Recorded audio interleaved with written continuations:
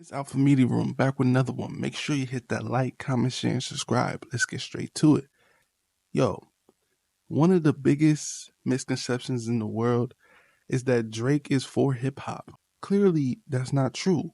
With the newest moves that he's done, post-battle, lets us know that, first of all, he's been doing these moves before the battle, which seems to be now the point to where I'm starting to realize maybe initiated the battle. Oh, what, you ain't like that record? Back to back, I like that record. Let me get back to that for the record. When you think about lines like that from Kendrick Lamar, where he's alluding to, hey, this guy likes to put lawsuits on people, which kind of infuriates people who kind of want to be artistically expressive, especially someone that's introspective like Kendrick Lamar. And a lot of artists who really get in their bag. You're telling me we can't self-express of how we feel about Drake? That's very white supremacy. Let's basically hear what Joe Budden and the crew had to say first, and then I'm going to get deeper into what I just said. Because a lot of people was going to label me a Drake hater. I've been dealing with Drake hate since before the battle. So understand that I'm telling my truth. Let's get straight to it. Right place. How normal is this in the business that a label will step in and do this? Step in what, like censor? Yeah. Yeah, till somebody take you off the verse. Yeah. Get them off the verse. This is not from my era of hip hop. That just didn't happen then. Artists didn't have that much power back then. I got some firsthand knowledge. Some did. Very few. Some did, but that didn't. Some do today. That didn't go on. Well, yeah. It still only is. I feel like usually these type of things would be like an A&R decision. This artist isn't hot enough, or whatever reason, we don't want this artist on there. Might be the first time I've experienced or witnessed them censoring for a big artist, yeah, taking a bigger artist than the album is. Yeah, nobody's ever heard of you having the biggest rapper in the game feature and the label you're on saying no, thank you. Nobody's ever heard of that. Yeah. That's new to me. Okay, Could be. That's new.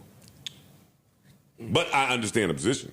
yeah. I think from the Push business even, standpoint. I think Push even said something like that. Yo, the lawsuit shit is bigger than hip hop now, so it sucks that you kind of got to acquiesce to this thing, but it's here, and it is a real thing, so you have to treat it that way. So I understand Def Jam's position. Thank God that there is a juxtaposition, An alternate rap, yeah. I don't. Now, I just hate it. I don't know if it's just the Def Jam position that this is coming from, and I say that because I've heard firsthand that there has been edits made to, or verses taken, verses removed, came down strictly from a certain artist. Yeah. Yo, I need y'all. That can't go on that album. Yeah. Well, they mentioned it. They mentioned the Rick Ross. There's some Pusha other record. ones. Yeah. There's some other records that I was told he did the same thing to. Yo, this can't happen. And if you don't do this, I'll make it up by doing something for y'all. You scratch my back by getting this off of this album, I'll scratch your You're back. saying this is Drake. Yes. That's what you're saying. Yes, that's what I'm saying. Do you think that? I think it's UMG. But that could be acting Which from him. It's still Yeah. same shit. If I could pick up a phone call and call a head over here, yo, that. I'd have more respect if it was UMG though. Like, because then it feels like a business move and you just have to do it. If another artist just calls you and says, like, you know what I'm saying, like, take this, I don't want that verse I on agree. there. Yeah, I don't respect that as much. That's all I'm saying. I I agree just think with that's power. I agree with that I too, think- but I was just about to say, I think that he's an anomaly, or he's one of a selected few groups of artists where he ain't moving like an artist no more. He moving like a business and like a brand. And if you're going to say some shit that could be potentially disparaging to me, I got the big boy power to shelf your shit. Remember back when I don't think that that's new. Remember back when 50 was beefing with the Locks, and he said, "One more word out your mouth, I'll push style shit back." Like, I had power at University. He was saying that. I mean, excuse me, at Interscope. Yeah. 50 used to say, "My name is Curtis Interscope Jackson. When I lean, the building leans." So Drake has that power. Not just at University. I think it's further. Well, I don't know today. Today, it might not reach as far. Before, I don't think it was just at Universal. I think he had that power across hip hop, period. I could make a phone call. I don't like that. Fix it. How many artists had that power now? Now? Yeah. If we say Drake's one of those people, who else is one of those people? Taylor Swift. Taylor Swift. Yeah. Oh, for sure. But that's what, and again, that's something else that Drake was sitting there Maybe saying on the Beyonce. disses with Kendrick, where he's like, yo, you got to coordinate your schedule with Taylor's people. You can't drop because she's dropping. The music industry coordinates their schedule with Taylor's people. Yeah. Word. Yeah, she just got her shit back. Just so we're clear. Yeah. So, but from a business perspective, if Joe says, "Yo," not that you would do this, "Yo, don't go over there and be on that podcast." I would do that. Come here first, right? Come here first. You have to now look at a risk versus reward thing. That if Drake is saying, I got you, my nigga, I'm gonna give you 2 free verses, right? Those verses could take you out of here. You're gonna get more spins than you ever got. You might get more streams than you ever got. Versus this artist like, yo, dog, I know you I don't even know if they got a personal relationship, but you not as hot as Drake. Right? So if he tells me, yo, do me a solid, I'm gonna do you a solid, then it's a business decision that might have to be made. It's the black ball. It's just another way to do it. And I don't think that's what I'm saying. I don't think he's the first nigga that's doing that. I think it's counterproductive. I mean, I want to hear the verse more now. Yeah. Absolutely. From whose perspective? You speak from I'm the talking fan. about As a from fan. my. You talking about from a fan's perspective. Yeah. Not I'm from, not talking about them. Yeah, No, from I'm the talking about business me. perspective. And that's what happens, though. I want to, now you've put, I wasn't necessarily checking for this song. Right. Now, one of the nastiest things that I've realized is that Drake isn't for hip hop.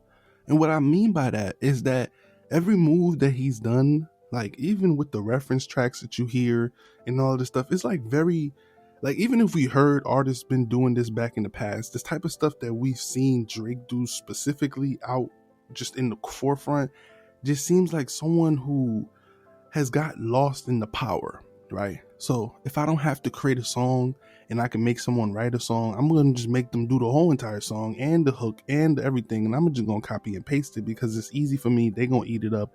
That's the fans. That's someone who's starting to realize that his laziness can still get him paid. And the only reason why I'm saying this is because I'm correlating it to his gambling addiction. If you guys look at his stake promo or any promo where he's doing basically, gambling, it's not like, betting or like fantasy betting. It's just legit gambling. Like he's not betting on players and stuff like that or sports and stuff like that. He's legit doing stuff that's going to make you lose a lot of bread if you lose, right? So when you think about that kind of get rich quick scheme, that lets me know that Drake has that kind of mentality to where he feels like he can get over by putting in a little bit of effort. And that's what I felt in the past couple of years with this music specifically, right? But besides the music, we're talking about his actions as a person off of the music. Behind the scenes, he's a white supremacist. In terms, when I mean that, what I say by that is by having the power, right, to shut down other things behind closed door, the business power, right? Because people was like, sometimes this is a fine line between art and business. That's why the music industry is so shady. And that's why I feel like The Sinner was really good, because it's a fine line between art and business, right? Art is specifically the person, the artist.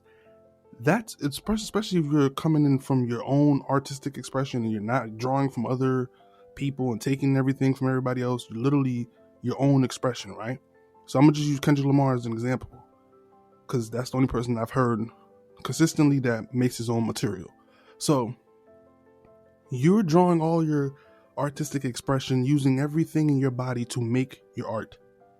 Now here comes someone that's going to come and limit that art and look over your art. It's almost like you're doing a project and everybody in the class is assigned to do a project, and someone finished their project a little quicker. You're taking a little longer, but he want to look at your project to make sure you're not dissing his project. That's kind of that's not fair, because we're all supposed to be doing a project. You're not the teacher. Now that lets me think that, is Drake not an artist? Is he more of a CEO? Is he more of an owner? Does he have shares in, like, I'm talking about the business of music?